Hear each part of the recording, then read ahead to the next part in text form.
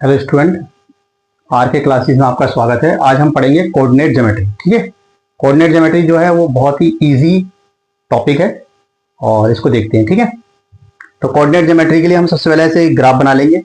ये वाली वैल्यू जो होती है ये एक्स की वैल्यू होती है पॉजिटिव, ये वाली वैल्यू होती है माइनस एक्स की। ठीक है, ये वाली वैल्यू होती है वाई की, पॉजिटिव होती है, और ये माइनस वाई होते हैं। ठीक है, तो हमने लिख लिया यहाँ पर 1 2 3 4 5 ऐसे आप लिख सकते हो।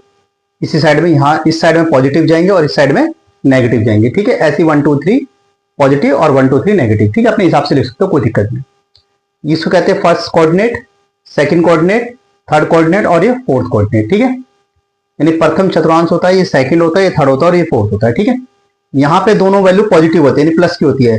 ये वाली प्लस प्लस की होती है, ये वाली माइनस की होती है, प्लस की होती है, और थर्ड के अंदर दोनों ही वैल्यू माइनस की होती है, और फोर्थ के अंदर एक प्लस की और एक माइनस की। ठीक है, इस प्रकार से हम कोऑर्डिनेट ज्योमेट्री करते हैं। तो इस पे एक क्वेश्चन 100% आता है। ठीक है, या तो वो पूछ लेगा कि कौन से कोऑर्डिनेट के अंदर है। ठीक है, और अगर कोऑर्डिनेट में नहीं पूछेगा तो वैल्यू दे देगा वो। ठीक है, उस हिसाब से उसको क्या करना है, सॉल्व करना पड़ता है। ठीक है, अभी आप ये सारी चीजें उतार लीजिए। मैं एक बार दोबारा रिपीट कर रहा हूं ताकि किसी स्टूडेंट को कोई दिक्कत ना हो। ठीक है, देखो यहां पे अगर हम देखें, पहले एक लाइन खींचेंगे।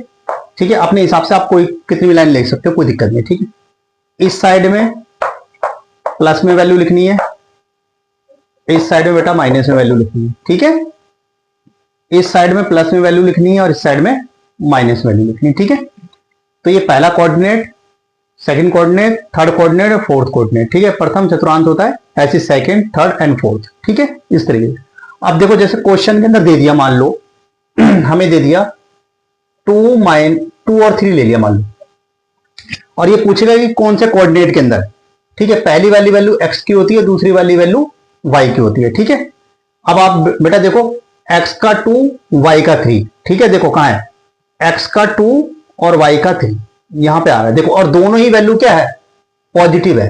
तो मैंने बताया दोनों ही वैल्यू अगर पॉजिटिव है तो कौन सा होगा, फर्स्ट कोऑर्डिनेट होगा। ठीक है, और अगर इसको ड्रॉ करना हो तो कैसे करेंगे इसको ड्रॉ, यहां से इस टाइप से ये ड्रॉ हो जाएगा। ये कोई भी नाम दे दो। ठीक है, समझ में आ गई बात को। इसी प्रकार से एक क्वेश्चन और लेते हैं। ठीक है, इसी में जैसे सपोज करो -2 और 3 आ गया, तो ये वैल्यू एक्स की होगी और ये वाई की होगी। ठीक है, अब ये बताओ कौन से कोऑर्डिनेट के अंदर है।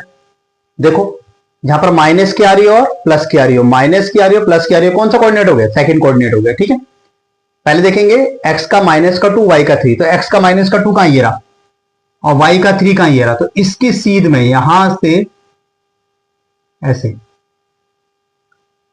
स्केल की सहायता से कोई भी नाम दे दो क्यों, और ये वाली जो वैल्यू है -2 और 3 यहां लिख लो। ऐसी ये वाली वैल्यू थी कितनी थी, 2 और 3 यहां लिख लो।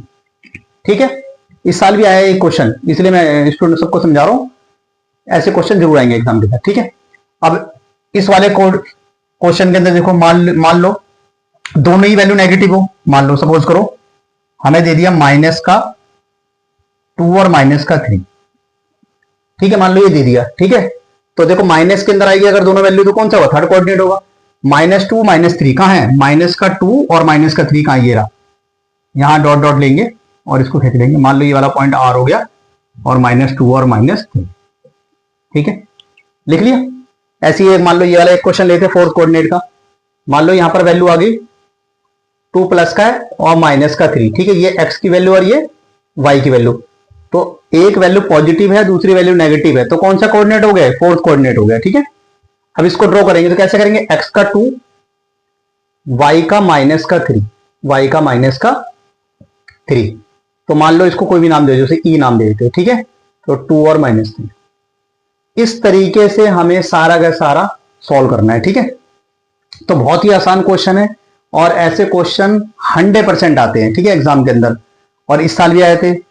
आई होप सभी स्टूडेंट अच्छी तरह करके आए होंगे, और बाकी जो जितने भी नए स्टूडेंट हैं वो इसको अच्छी तरह देखिए।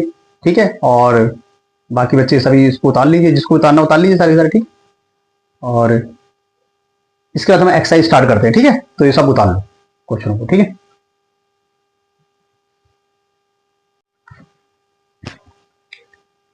ठीक है स्टूडेंट, तो हम स्टार्ट करते हैं एक्सरसाइज 3.2 का क्वेश्चन नंबर सेकंड, ठीक है। यहां पे कह रहा है the coordinate of point is B. तो देखो बेटा बी कहां पर है, इसके सबसे पहले देखो बी कहां पर है, बी ये रहा, ठीक है। इसके कोऑर्डिनेट पॉइंट बताने हैं, तो कोऑर्डिनेट पॉइंट क्या होंगे इसके, -5 और 2, -5 और 2, ठीक है। इसी प्रकार से कोऑर्डिनेट पॉइंट ऑफ सी पूछ रहा है वो, तो सी किधर है, सी देखो कहां पर है, ठीक है, सी ये रहा। सी के कोऑर्डिनेट 5 क्या होंगे, 5 और -5, 5 और -5, ठीक है। इसी प्रकार से the point of identify by the coordinate of -3 और -5। तो देखो बेटा चेक करो, -3 और -5, -3 -5 का कोऑर्डिनेट पॉइंट क्या, ई, क्या आ रहा है, ई। तो इस वाले का जो आंसर हो जाएगा वो हो जाएगा क्या, ई, ठीक है। क्वेश्चन नंबर 3 का आंसर क्या हो जाएगा, ई हो जाएगा। क्यों, क्योंकि उसने बोला है -3 -5, तो ये -3 और -5 ये रहा, दोनों ही वैल्यू क्या होंगी, एक वैल्यू क्या है माइनस की है, ये x की वैल्यू और ये y की वैल्यू, ठीक है। तो x का -3 और y का -5, तो इसका पॉइंट क्या हो गया, ई आ गया, ठीक है। तो इसका आंसर हो गया। अगला आगे क्या कहता है, फोर्थ के लिए the coordinate the point identify by the coordinate 2 और -2 -4, तो ये x की वैल्यू और ये y की वैल्यू, x का प्लस का 2 और y का -4, ठीक है। x का प्लस का 2 कहां, ये रहा, y का -4 ये रहा, तो इसका पॉइंट क्या होगा, जी। ये देखो x का 2 और y का -4, तो इसका पॉइंट क्या होगा, जी, ठीक है। तो इसका पॉइंट क्या हो गया, जी, यानी कि फोर्थ का आंसर जो हो जाएगा वो हो जाएगा जी, ठीक है। फिफ्थ क्वेश्चन क्या कहता है कि एप्सर द पॉइंट ऑफ h, ठीक है, h का हमारे को पॉइंट बताना है, ठीक है ना। The abscissa of point of D का बताना है, ठीक है। फिफ्थ वाले का डी देखना है, डी का बताना हमारे को, ठीक है। तो देखो इसमें डी का है, डी का ये रहा, डी का पॉइंट क्या है 6, यानी कि इस वाले का जो आंसर हो जाएगा फिफ्थ का वो हो जाएगा 6। इसी प्रकार से फोर्थ का है the coordinate of point of H, H देखो कहां, ये रहा, एच का कोऑर्डिनेट पॉइंट क्या है, -5 और -3, तो इस वाले का जो आंसर हो जाएगा वो हो जाएगा -5 और -3, ठीक है। एच का देखो ये रहा, -5 और -3, ठीक है। बात समझ में, कोई दिक्कत नहीं है, ठीक है। अगला कहता है the coordinate of point of L, L का देखो कहां है, एल का हमें कोऑर्डिनेट ऑफ पॉइंट बताना है, ठीक है। एल का ये रहा, देखो ये एल ये रहा, तो 0 और 5, ठीक है। तो इसका जो आंसर हो जाएगा वो क्या हो जाएगा, 0 और 5, ठीक है।